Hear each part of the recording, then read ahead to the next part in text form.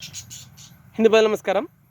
ప్రపంచంలో హిందూ అనే వ్యక్తి ఎక్కడ ఏ మూల నలుమూలలు ఎక్కడున్నా కానీ ఒకటి ఆలోచిస్తాడనమాట. ఏమనంటే తన కుటుంబం, తన ఇల్లు, తన ఆస్తి లేదా తన కులం ఇంతవరకు ఆలోచిస్తాడనమాట. ఎంతసేపటికి తన స్వార్థాన్ని ఆలోచిస్తాడు కానీ తోటి హిందూ ఏమైపోతున్నాడు, తర్వాత నా పరిస్థితి ఏందనేసి కొంచెం కూడా ఆలోచించడనమాట. దీనికి కారణం ఎక్కడ వచ్చిందనంటే, ఎప్పుడైతే అశోకుడు ఖడ్గాన్ని కింద పడేసి నేను శాంతి దూతను అనుకుంటా ఎప్పుడైతే తిరిగిండో, ఎప్పుడైతే ఈ బుద్ధిజం అనేది ఎంటర్ అయిందో మన హిందూ సమాజం కూడా నాశనం అయిపోయిందనమాట. ఎందుకు ఈ మాట అంటున్నానంటే, చూస్తున్నారు కదా దానికి ప్రతిఫలం ఏ విధంగా ఉందో. బంగ్లాదేశ్లో సరే ఇంతకుముందు పాకిస్తాన్ ఏం జరిగిందో తెలియదు, ఇంకొకటి ఏం జరిగిందో మనకు తెలియదు. ఇప్పుడున్న సమాజం కళ్ళారా చూస్తుందన్నమాట, స్వయంగా చూస్తుంది. ఇప్పుడు ఆ బంగ్లాదేశ్లో ఏం జరుగుతుందో కళ్ళారా చూస్తున్నారన్నమాట. అయితే చూడండి, మనదాకా కూడా రక్తం ఏర్లై పారుతున్నా కానీ ఒక హిందూ పక్కనున్న హిందువుని కాపాడదామన్నటువంటి ఒక స్థాయిలో లేకుండా ఉండే అన్నమాట.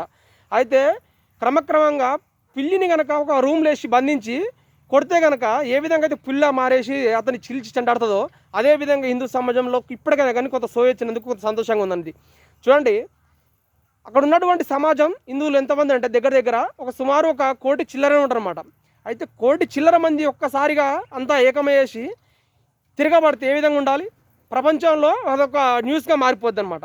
కానీ హిందూ సమాజం ఎంతమంది ఉన్నా కానీ నా తోడుగా వెళ్ళాడనే ఒక భావజాలంలోనే ఉన్నారనమాట. కూడా చూడండి, ఇంత కాలానికి ఇప్పుడు లక్షలలో కాదు, ఉన్నటువంటి ఎంతమంది ఉన్నారో అంతమంది కోటి మంది దాకా కూడా ఎక్కడ జిల్లాల వారు అక్కడ జిల్లాలుగా నినాదాలు చేసుకుంటూ, రాస్తారోకలు చేస్తూ, బంధువులు చేసుకుంటూ ఇప్పుడు ఇంత కాలానికి సోయొచ్చి అక్కడ ఉన్నటువంటి ఎవరైతే దాడులు చేస్తున్నారో వాళ్ళ మీద తిరగబడేసి హిందూ సమాజం ఒక్కటిగా మారిపోయిందనమాట.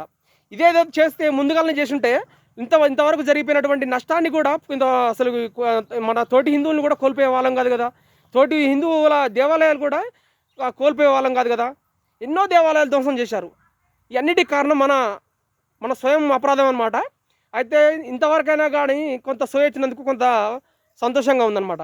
అయితే హిందూ సమాజం ఎక్కడైనా కానీ, ఎక్కడ ఏ ప్రాంతంలో ఉన్న హిందువులైనా కానీ ఫస్ట్ నీ కులం కాదు చూసుకోవాల్సింది, నీ ఇల్లు కాదు చూసుకోవాల్సింది, నీ ధర్మం బాగుంటేనే నీ ఇల్లు బాగుంటుంది, నీ ఆస్తి బాగుంటుంది.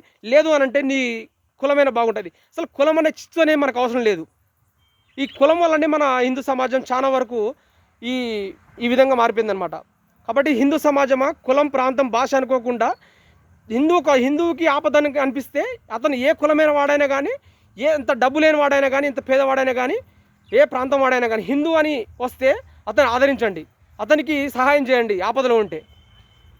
అది మన హిందూ సమాజంలో ఉన్నటువంటి లేనటువంటి ఒక దౌర్భాగ్య స్థితి అనమాట ఇది.